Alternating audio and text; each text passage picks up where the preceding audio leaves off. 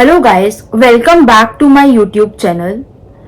अब FMG exam में hardly 25 days बचे हैं और आप अभी भी कंफ्यूज हो कि क्या पढ़ना है, कैसे पढ़ना है, कितने जीटीज देने चाहिए और क्या स्किप नहीं करना। Then this video is for you. मैं बिल्कुल स्ट्रेट टू द पॉइंट बात करूंगी without wasting your time. So let's get started. मैं तुमसे 3-4 चीजें डिस्कस करूंगी। सबसे पहले और सबसे इम्पोर्टेंट कि ऑल 19 सब्जेक्ट्स आर इम्पोर्टेंट। एक भी सब्जेक्ट स्किप मत करना। अब क्या होगा, तुम्हारे पास यूट्यूब पर वीडियोस आ रही होंगी कि मैंने 12 सब्जेक्ट पढ़कर एग्जाम क्लियर करा, मैंने 15 सब्जेक्ट्स कर एग्जाम क्लियर करा। बट अब एफएमजी एग्जाम जो है ना, ये एक स्क्रीनिंग एग्जाम नहीं रहा, ये नीट पीजी लेवल का हो चुका है। तो एक भी सब्जेक्ट स्किप करना भारी पड़ सकता है। इस बार क्या हुआ था, जो रिसेंट जो एग्जाम हुआ था 17 जन को, वो मैंने दिया था। एंड हम यूजुअली क्या करते हैं, पीएसएम, सर्जरी, ओबीजी, मेडिसिन, इनसे हम एक्सपेक्ट करते हैं कि 30 क्वेश्चंस ईच। बट इस बार क्या किया था, पीएसएम से इन्होंने मैक्सिमम 10 क्वेश्चंस दिए थे और ओबीजी और सर्जरी का वेटेज बढ़ा दिया था, मतलब उनसे मैक्सिमम क्वेश्चंस आए थे।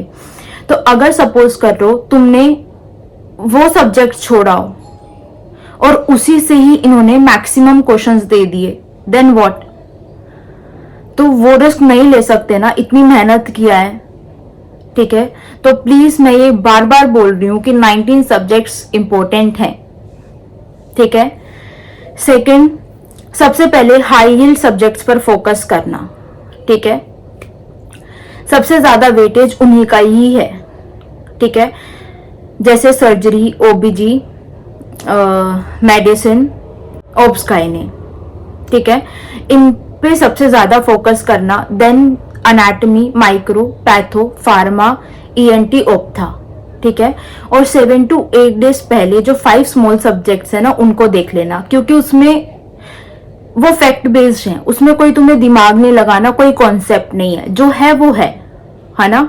तो इसलिए 7 to 8 डेज पहले उन सब्जेक्ट्स को करना। Third thing is about GTs. अब बहुत कम टाइम बचा है and 2 GTs are more than enough. ठीक है, जीटीज में पूरा दिन चला जाता है ना। और अभी क्या होगा, जितना ज्यादा तुम रिवाइज करोगे ना, उतना रिटेंशन बेटर होगा। तो इसलिए 2 GTs are more than enough. जीटीज देने में टाइम वेस्ट मत करना। ठीक है, और सबसे इंपॉर्टेंट बात, रिसोर्स चेंज मत करना। जहां से पढ़ चुके हो उन्हीं को ही बार बार रिवाइज करो, बिल्कुल चेंज मत करना। Just stay consistent, revise smartly. ठीक है, और खुद के ऊपर कॉन्फिडेंस रखो। और अगर तुम्हें ये लग रहा है कि हम भूल रहे हैं, अभी याद नहीं रह रहा, तो एग्जाम में कैसे याद रहेगा? बिलीव मी गाइस, सबको यही थॉट्स आते हैं, मुझे भी आए थे।